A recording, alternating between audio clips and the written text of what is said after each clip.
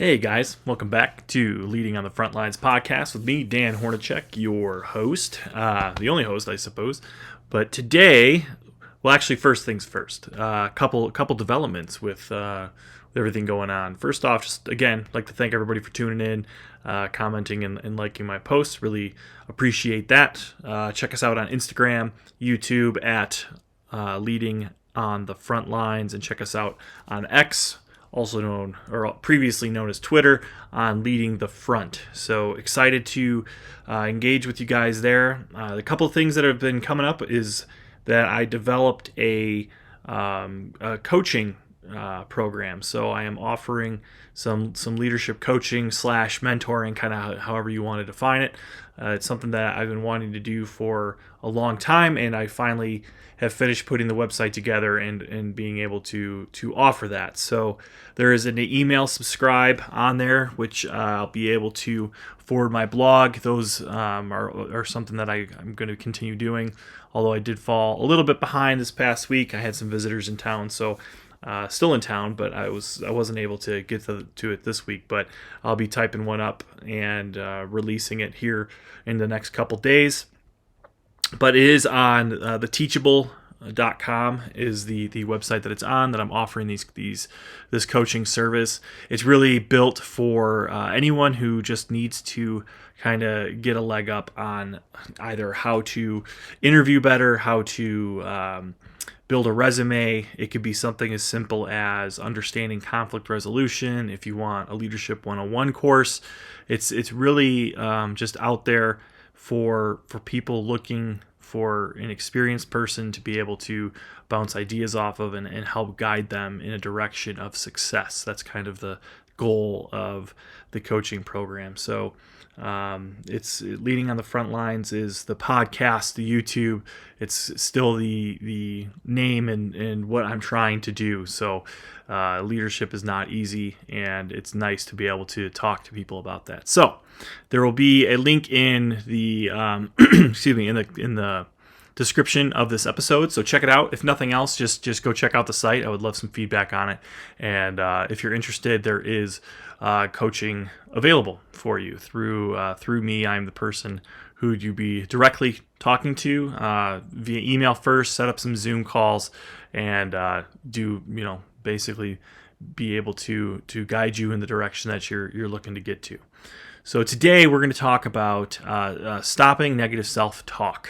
I think this is something that everybody does, myself included, and it's just kind of a, I can't even say that it's something that's more specific to right now in society or not, but I think that negative self-talk has always been a thing. I know it's a huge deal within psychology. I'm not going to go into that because I'm not a psychologist, but I think that doubt in and of itself is a huge part of leading a team, and it happens to everyone from like frontline managers to CEOs to COOs, etc.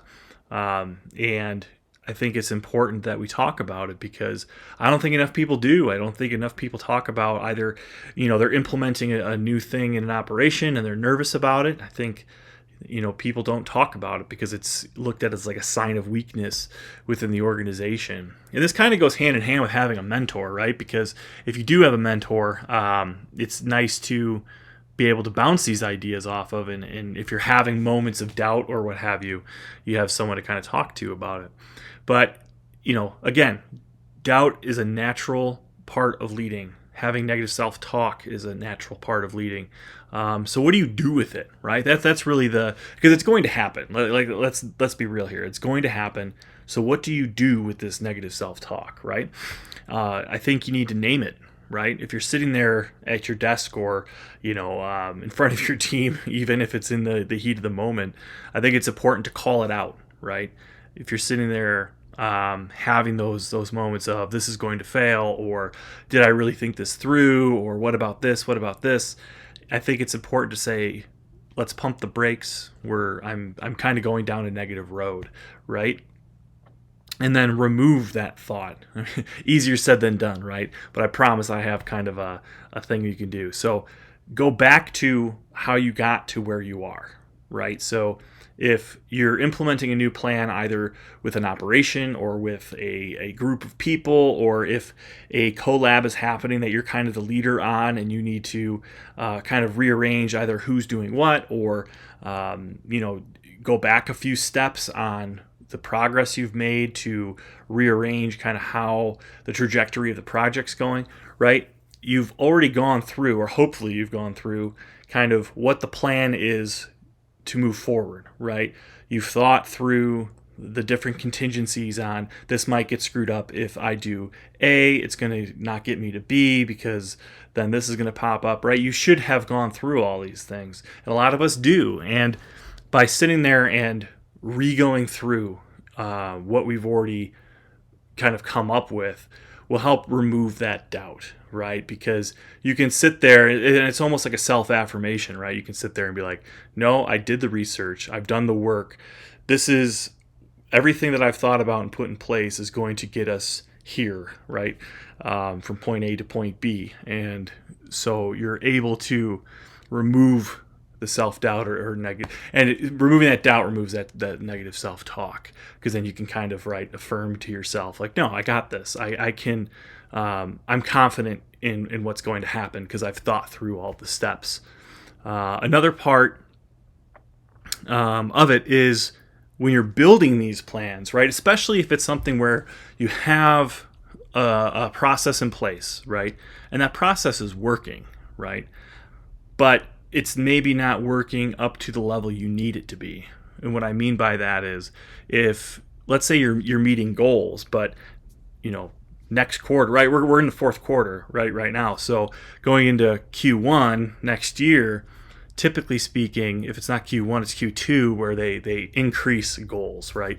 And you need to reevaluate kind of the systems that are already put in place. So a lot of people are going to be thinking here in the next few months on I know my goal is going to go to here. How do I get there? What I'm doing now, I'm good. I'm hitting productivity, or, whatever goals or metrics need to be hit are being hit, right? But now I need to perform better. So when you're doing that, this is going to sound like weird advice, but keep your thoughts to yourself for a little while. Really just you know what you do the better than anybody, right? And create a plan, create a solution to whatever the problem is, and in your mind, just test it. And this kind of goes back to when I talked about observing your operation, or observing your team, or observing processes that are in place. You could reread SOPs. For people who don't know, standard operating procedures. Just go through those things and look for, those pieces in which you can improve upon to get to your new goal, right? But that's not the end of it. I'm not saying just do this on your own.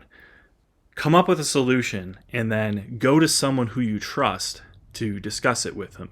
And when I say this, I don't mean just you see them in the hallway or you just pop into their office. This is a really good opportunity to maybe set aside some time, and it doesn't have to be an hour and a half. It could be 10 or 15 minutes, and just preface it with, hey, I need to bend your ear on an idea I have, or new goals are coming up. I'm kind of stressing about it, and I would like to hear your thoughts on how I want to move forward. It allows you to listen to honest feedback from someone, especially if you preface it with, I want to hear your criticism, right? Criticism isn't necessarily a bad thing. If nothing else, it gives you an outside-the-box perspective on what you're trying to change. So by finding someone who you can trust, whether this be like a mentor or a peer within your management group, it shouldn't be someone who's, and I say this lightly, but it shouldn't be someone who's beneath the position you're in, unless it's another management position that has their fingers kind of within it. And the reason being is because they're going to have a certain bias to what you're trying to do. If you're looking at it from a perspective of like the 30,000 foot perspective, and you're going to try to get the opinion of, or the criticism or whatever from someone at a 10,000 foot perspective, they're going to have a bias to their part of it. So I highly recommend talking to either a peer or above when you're bringing on new ideas. And you need to be open to honest feedback, and you should tell them that you need the honest feedback, because otherwise, what's the point, right? It's easy to get kind of I don't know, offended, or maybe defensive is a really good word. Let's use that. It's very easy to get defensive when you've put the work in to develop this plan, and this person you're bringing it to might just pull the rug out right from underneath it. But like, we can't look at that as a negative. Like, we need to flip that mindset of, this is a really good thing, because not only did you put all this work in and you created this plan, right? Maybe you did a lot of outside of the box thinking, a lot of critical analysis of whatever you're trying to put together, and now this person gave you a completely other idea, or they might have pulled the rug out, but it's just going to open your mind to new possibilities of how to do this, right? So maybe you can marry the two together. Maybe you just steal their idea outright. It doesn't matter, right? Because you as that manager are now growing. We learn through failures, we learn through experiences, and being able to talk to people in a non-defensive way about these things is so beneficial, because you can learn from them. Even if they are your peer, it doesn't really matter. So I think these are very, very good things to look for when you're talking to someone, because it allows you to be able to ask questions, right? If you're talking to someone about a change you want to implement, and they completely pull the rug out from underneath the idea that you've come up with, you can ask them, well, why would you do it that way? Right? This isn't an ego thing, right? You could really learn that they look at it from this standpoint, and if nothing else, maybe they don't look at it from the perspective you do. So now you've got two different perspectives you can put in place moving forward when you're making decisions. Because especially if you're implementing a new idea that you're feeling doubtful on, and you're having this negative self-talk, talking to someone about it, listening to what they say, you could potentially in the moment be able to utilize those ideas or concepts that they're talking to you about. And you might have let's say it does fail, you have almost like a fallback plan just from talking to them. So I think that's really, really cool stuff to look at. So you're there, right? You're about to implement this new genius plan that you've concocted. And let's say within this plan, simple or complex, that you've made a bad decision and you fail, or you do fall into more of a contingency style. This is more specifically for maybe operations style work. But if you do fall into a contingency style mode, the cool thing is that if you were performing before or whatever, you can revert back, right? There's always kind of the fallback of the previous. Maybe you don't hit your goal. I mean, it is what it is. New plans typically don't go 100% as planned when you first go, or when they first are implemented. But the thing about it is this is how you're going to learn for the next time, right? Maybe there was just a personality within the group or the team that you're collaborating with that you just overlooked, and you realize that your new plan just does not really vibe with them very well. That's okay, right? You can sit there, and then that gives you the opportunity to have a one-on-one with that person, or maybe have a one-on-one or a group discussion about the plan.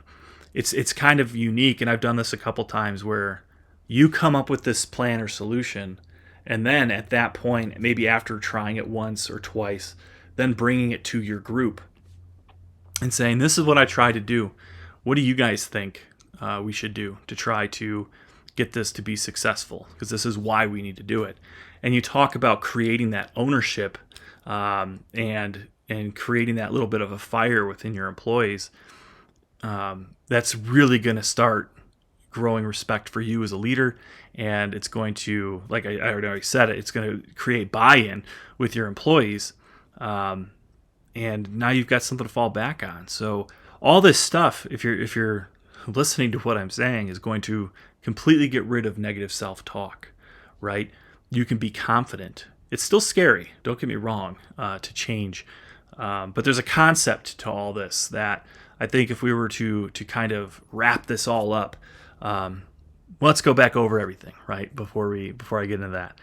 So don't forget, let's stop negative self-talk, right? You were put in your position for a reason, and the reason is because you excel and because you're smart, you understand the operation, you understand your people, you're creating a culture within the workforce that you're in. So that's very, very important to remember. But it's still going to happen. You're going to feel doubtful. So what do? Call it out and recognize that you're going down the path of negative self-talk. And while you're doing that, remove it. Go through your plan. Triple check all of your steps. And then when you do, and you're like, yeah, this is going to work. If you need to say it out loud, say it out loud, but have that realization to yourself that I've put the work in to make sure this is going to work. I'm going to make sure that it does. While you're going through this process, keep your thoughts to yourself. Really go through everything with a fine-tooth comb. And then when you feel like you've completed the solution, bring it to a trusted colleague, your level or above, and talk it out with them and listen and bring your defenses down to listen to some constructive criticism on things that you could do differently, and ask questions and accept their honest feedback.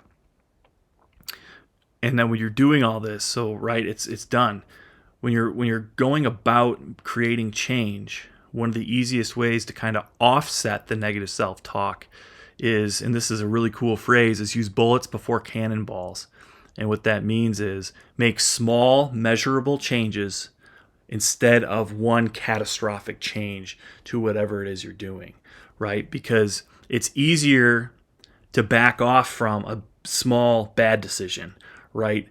And it's easier to say, this wasn't the right move, I can learn from this. Or vice versa, right? You make a small change and it positively impacts here. So you can try it here and see if it does the same thing. Whereas if you make a bunch of changes, but implement them all at one time, you have no idea what failed where. So that's my last little bit of advice on that. So again, Dan Hornacek, leading the front lines. I hope you guys enjoyed this one. Again, look in the description of the episode today for my Teachable link for not only my website, just a little more information on me, but I do offer coaching and mentoring now. So just started doing that, and really, really excited. If you guys have questions, there is an email link in the website. So again, check me out, Instagram, YouTube, Leading on the Front Lines, or X, formerly known as Twitter, Leading the Front. Dan Hornacek. Hope you guys have a good day.